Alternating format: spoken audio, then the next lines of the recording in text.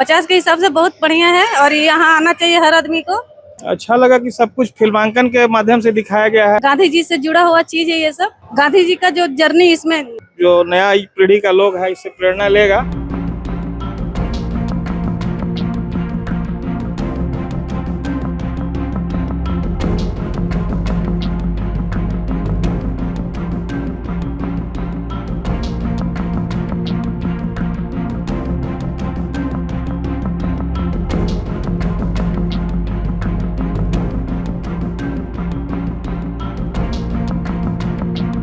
इस वक्त हमारे साथ भवन निर्माण विभाग के सचिव और इस बापू टावर के नींव से और अब तक जितनी भी जो भी विकास हुआ उसको देखने वाले और बारीकी से उसका निरीक्षण करने वाले सीनियर आईएएस अधिकारी कुमार रवि जी हैं। आइए उनसे जानते हैं कि ये बापू टावर, इसकी जो कल्पना है ये कहां से, पहले इसके बारे में। ये बापू टावर की परिकल्पना की गई थी जब वर्ष 2018 में यहाँ पर चंपारण सत्याग्रह शताब्दी समारोह आयोजित किया जा रहा था। उस समय इसकी घोषणा माननीय मुख्यमंत्री श्री नीतीश कुमार जी के द्वारा की गई थी और उस समय यह निर्णय लिया गया था कि एक ऐसा टावर बनाया जाएगा जो गांधी जी के विचारों को, उनके जीवन सिद्धांतों को और बिहार में उनके योगदान की चर्चा करेगा। तो उसी के संदर्भ में इस बापू टावर का निर्माण किया गया और इसकी परिकल्पना को विकसित किया गया। ये भारत का पहला ऐसा बापू टावर है जो जिसमें तांबे का प्रयोग किया गया है, इसके बारे में देखिए। ये जो इसकी जो डिजाइन है उसके दो तीन खूबसूरती है।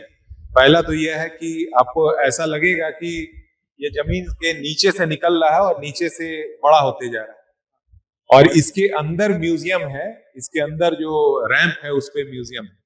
तो इस तरह से इसकी आकृति बनाई गई है। दूसरा कि इसके ऊपर कॉपर लगाया गया है, तांबा लगाया गया है।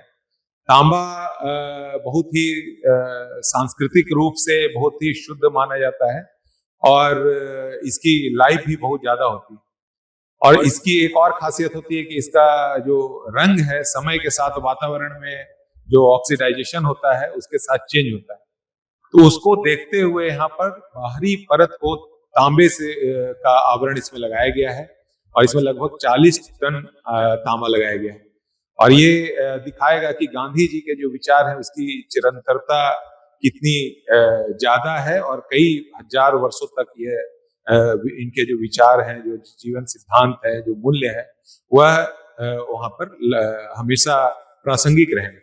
वहीं दूसरी तरफ यह भी दिखाता है कि जब ये रंग इसका समय समय पर और भी परिवर्तित होगा और भी आकर्षक होगा, लेकिन उसका जो कॉपर का जो मूल स्वरूप है वो चेंज नहीं होगा। तो यह दिखाता है कि गांधी जी के विचारों का मूल स्वरूप जो है वह कभी पूरे सिविलाइजेशन के लिए, मानवता के लिए कभी परिवर्तित नहीं होगा, लेकिन समय के साथ जो आधुनिकता आती है परिवेश में उसको भी ये दिखाएगा। तो ये एक बहुत बड़ी चीज है जो कॉपर लगाया गया, पूरा स्ट्रक्चर जो बनाया गया है इसके बारे में। कहा जा रहा है कि ये भारत का पहला डिजिटल टावर, इसके बारे में देखिए। इसमें दोनों चीजें रखी गई हैं और जो म्यूजियम बनाया गया है चूंकि गांधी जी के बारे में है तो बहुत सारी उनकी ऐसी चीजें हैं जो डिजिटल मीडियम से दिखाने से ज्यादा लोगों तक एक्सेसिबल होगी, या उनके बारे में जो भी उनके पुराने फोटोग्राफ्स हैं, उनके पुराने वाद विचार हैं जो उन्होंने समय समय पर वार्तालाप किया है, जो विचार किया है, कहीं जब साउथ अफ्रीका गए वहां उन्होंने क्या किया, इन सब चीजों को डिजिटल मीडियम से भी दिखाया गया और साथ में यहाँ पे म्यूरल्स और 3D जो उसका प्रतिकृति है उसके माध्यम से दिखाया गया। ये एक डिजिटल म्यूजियम है और बिहार में तो निश्चित रूप से इस तरह का डिजिटल म्यूजियम पहला है। मुझे लगता है कि देश में भी यह अपने आप में एक अनूठा डिजिटल म्यूजियम। रिसर्च करने वाले छात्रों के लिए भी यहाँ व्यवस्था की गई है, इसके बारे में। बापू टावर का जो कॉन्सेप्ट डेवलप किया गया है तो उसमें बच्चों के लिए भी ध्यान रखा गया है कि बच्चे भी आराम से इसको देख सकें, समझ सकें, जो उनके बहुत ही अच्छे तरीके से उसको दिखाया गया है। और साथ में यह भी रखा गया है कि जो रिसर्च करने आते हैं उनको ये पता रहे कि किस स्रोत से इस म्यूजियम में जो भी चीजें रखी गई हैं, चाहे गांधी जी के पुराने भाषण हो या गांधी जी के जीवन के बारे में जो डिटेल्स हैं, हर इवेंट्स के बारे में डिटेल है, और खास करके इसमें बिहार की घटनाओं के बारे में जो डिटेल्स है उसको इस तरह से दर्शाया गया है कि उसके जो मूल स्रोत है उसको भी डिजिटल मीडिया में रखा गया है ताकि वो तुरंत इस चीज की जानकारी इकट्ठा कर सके। बिहार के लोगों को क्या संदेश देना चाहेंगे जो 300-400 किलोमीटर दूर रहते हैं, वो बापू टावर के लिए? देखिए, अभी सबसे पहले जब बापू टावर का उद्घाटन अभी 2 अक्टूबर 2024 को माननीय मुख्यमंत्री जी के द्वारा किया गया, उसके बाद 2 महीने तक लगभग इसको आसपास के जो विद्यालय हैं, आसपास के जो संस्थाएं हैं, शैक्षणिक हो गैर शैक्षणिक संस्था, उनको यहाँ पर निःशुल्क ग्रुप में घुमाया गया ताकि लोग एक बार जान जाएं कि क्या है बापू टावर। उसके बाद इसको 1 फरवरी से आम जनों के लिए भी खोला गया और काफी संख्या में लोग यहाँ पर आ रहे हैं, जिसमें बड़े भी हैं, बच्चे भी हैं, और काफी कम यहाँ पर एंट्री फी रखी गई है। वयस्क के लिए मात्र 50 रुपये ही रखा गया है। और अभी भी जो ग्रुप में लोग आएंगे, जो संस्थागत लोग आएंगे, उनको टाइम स्लॉट दे करके निःशुल्क घुमाने की व्यवस्था की गई।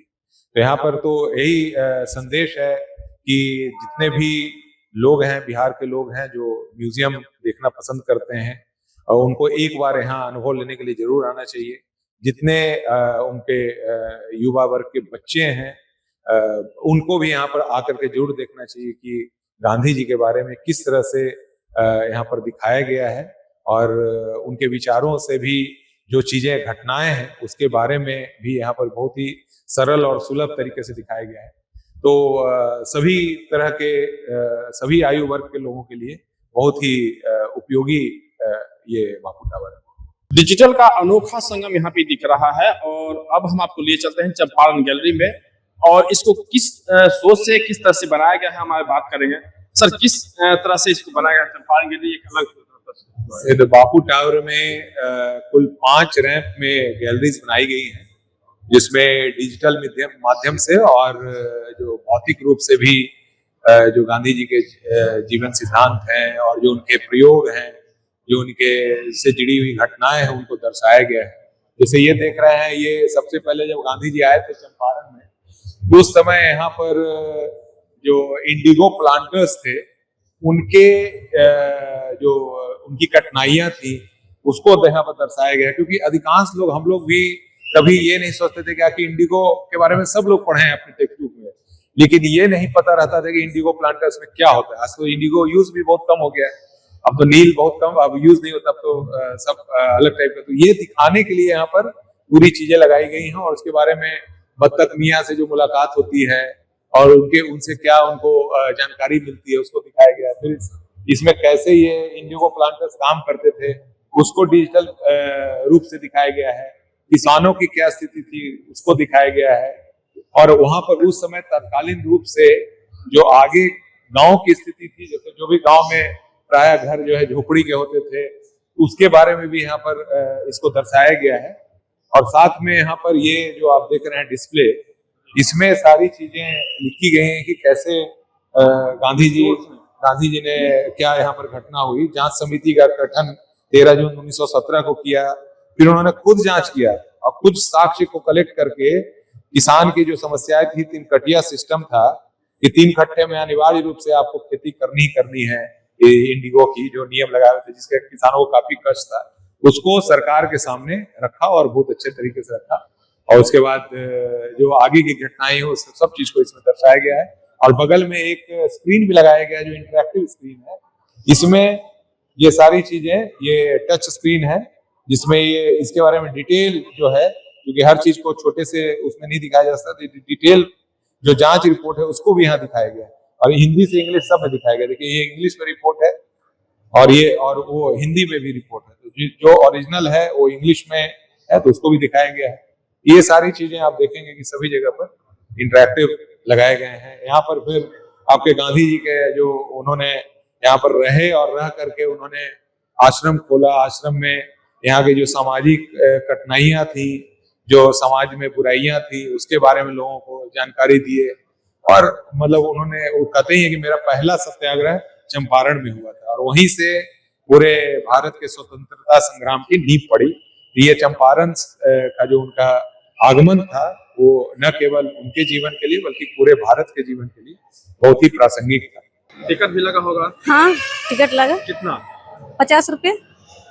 50 रुपए में इतना जो देख रही हैं, कम है या ज्यादा, क्या लगता है? नहीं, 50 के हिसाब से बहुत बढ़िया है और यहाँ आना चाहिए हर आदमी को। और गांधी जी से जुड़ा हुआ चीज है ये सब, बहुत अच्छा लग रहा है देख के, बहुत अच्छा है। क्या लगा? सबसे अच्छा क्या लगा? गांधी जी का जो जर्नी इसमें किया गया है शुरू से अंत तक का, बहुत अच्छा क्या लगा?